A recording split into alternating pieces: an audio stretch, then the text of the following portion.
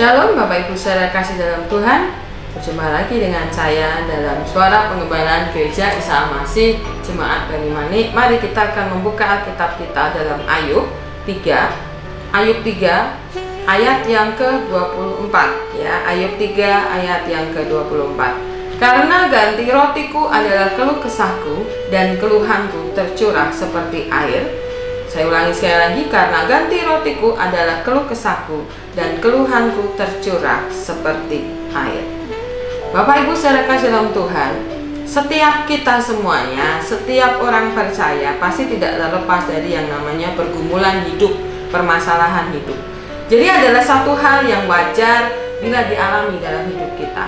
Namun ketika pergumulan itu menjadi begitu berat, terkadang membuat seseorang, bahkan membuat kita menjadi kecewa kepada Tuhan.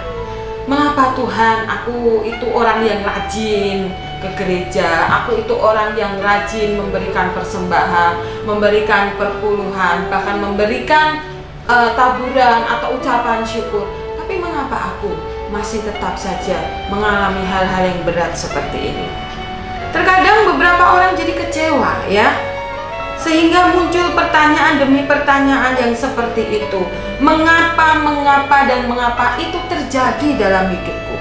Kita merasa bahwa saya sudah mentaati kebenaran firman Tuhan, tetapi kita justru merasa bahwa Tuhan tidak mempedulikan kita.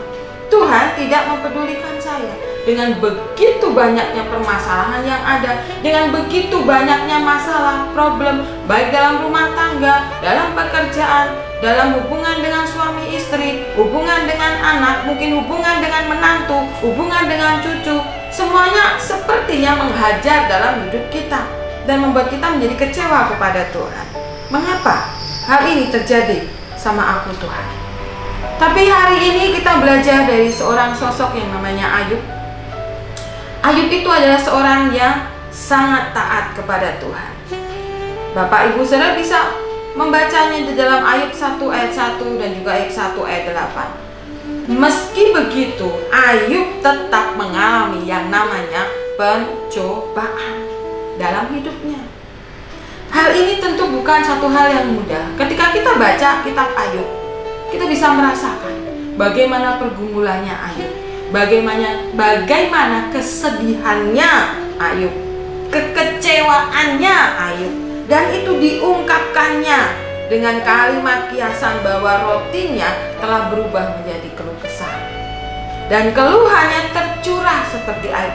Keluhannya tercurah seperti air.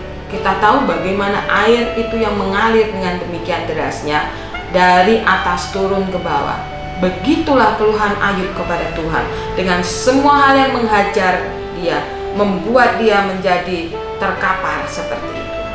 Ayub seakan mengatakan bahwa dia tidak memiliki pengharapan lagi, karena roti dan air yang menggambarkan akan kehidupannya justru berubah menjadi yang namanya keluh kesah.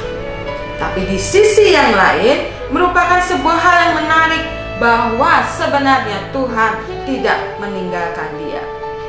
Walaupun Ayub kecewa dan Ayub katakan semua pergumulannya kepada Tuhan, sikap daripada Ayub ini menunjukkan bahwa Ayub tetap menyertakan Tuhan dalam pengharapannya, akan mengharapkan pertolongan yang daripada Tuhan. Kisah Ayub membawa satu pelajaran bagi kita semuanya. Walau bagaimanapun sucinya seseorang, rohaninya seseorang, ia tetap dapat mengalami yang namanya pergumulan. Ya, memang yang namanya rasa kecewa adalah sesuatu hal yang wajar. Tapi kita belajar bersama-sama dari sikap Ayub ini, bagaimana dia membangun akan keyakinannya kepada Tuhan, dengan kesadaran bahwa karena pertolongan Tuhan saja, maka dia bisa selamat, maka dia bisa melalui akan semua permasalahan dalam kehidupannya. Kita boleh dan sangat boleh banyak kok berkeluh kesah di hadapan Tuhan. Kita boleh dok mengeluh di hadapan Tuhan, bahkan menangis, mengungkapkan semua kekecewaan dan amarah kita kepada Tuhan. Tapi satu hal yang harus kita ingat, Jangan sampai itu menggerus akan kepercayaan kita di hadapan Tuhan. Ayub mengeluh karena dia tidak punya pengharapan lagi dengan semua hal yang menghajar dia, yang melingkupi dia. Dengan permasalahan, dengan keluarganya, bagaimana istrinya meninggalkan dia, meminta dia untuk mengutuki akan Tuhan. Dan sahabat-sahabatnya pun juga tidak memihak kepadanya. Tapi Ayub tetap memihak kepada Tuhan. Walaupun dia mengeluh di hadapan Tuhan, walaupun dia berkeluh kesah di hadapan Tuhan. Mari Bapak Ibu Saudara yang terkasih dalam Tuhan Yesus, ketika kita mengeluh di hadapan Tuhan, jangan pernah itu mengendurkan akan iman kepercayaan kita kepada Tuhan. Ketika kita dalam satu titik kekecewaan, mari hadapkan semuanya di hadapan Tuhan. Hadapkan semuanya kepada Tuhan dan minta Tuhan sendiri untuk ikut campur tangan di dalamnya dan berjalan bersama-sama dengan Tuhan. Libatkan Tuhan. Ayub hanya meminta pertolongan kepada Tuhan, dan Ayub tetap setia kepada Tuhan. Mari dalam setiap permasalahan hidup kita, kita belajar untuk kita tetap setia kepada Tuhan.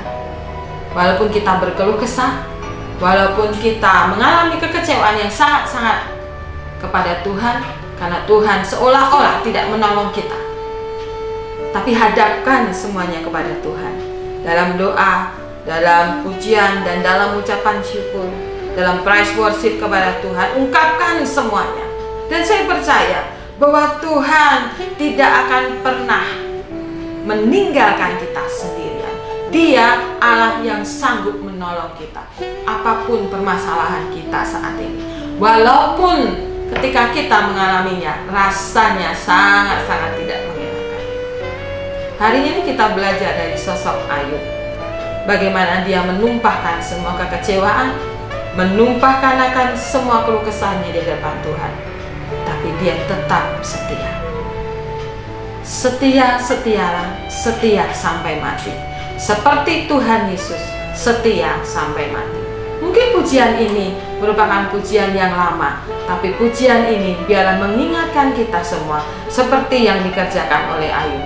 Setia sampai akhir, setia sampai nanti. Dan hasilnya Ayub dipulihkan secara luar biasa.